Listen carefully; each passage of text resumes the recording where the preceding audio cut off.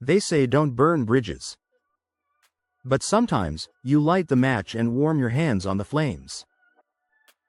It started with a mandatory, all-hands, meeting.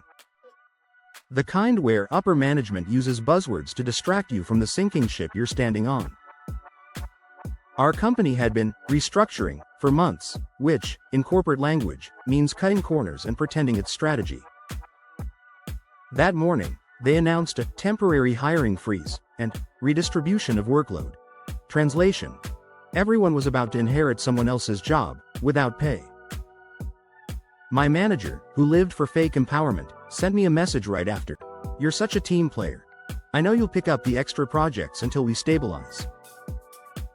That's when I knew I was done. See, I'd been the fixer. The quiet one.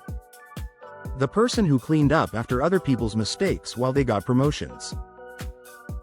But that day, something in me cracked, and not in a bad way. In a clarity way. So I started planning. Not a meltdown. Not a walkout.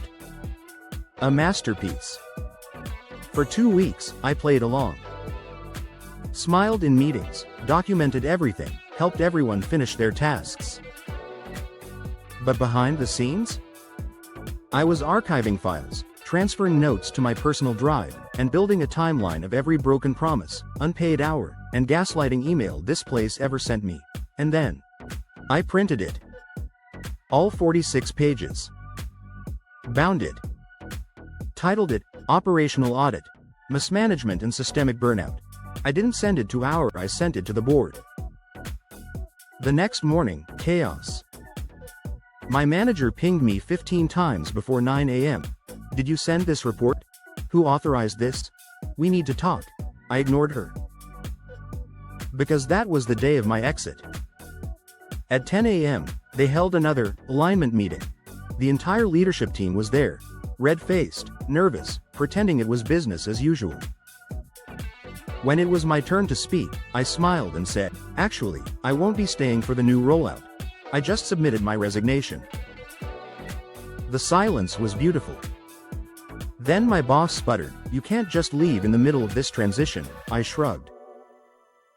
I didn't. I finished it.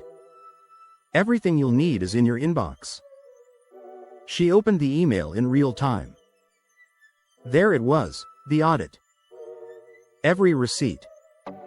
Every timestamp. Every instance of unpaid overtime and misused resources, complete with policy citations.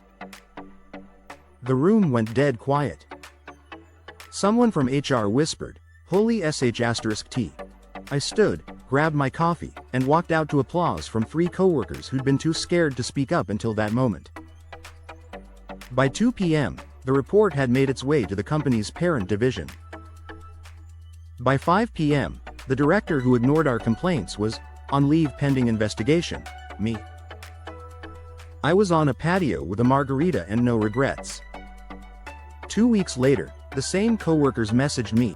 "They're offering retention bonuses. You broke the dam." That's the thing about office karma, it doesn't always whisper. Sometimes it roars through the hallways you used to walk in silence. I didn't burn that bridge out of spite. I burned it because it was never leading anywhere worth going. And if you've ever been that employee, overlooked, overworked, underpaid, remember, the moment you stop begging for respect and start demanding alignment, that's when the universe moves mountains for you. So light the match. Walk away slow. And let karma handle the cleanup. Because some stories don't end with revenge. They end with freedom.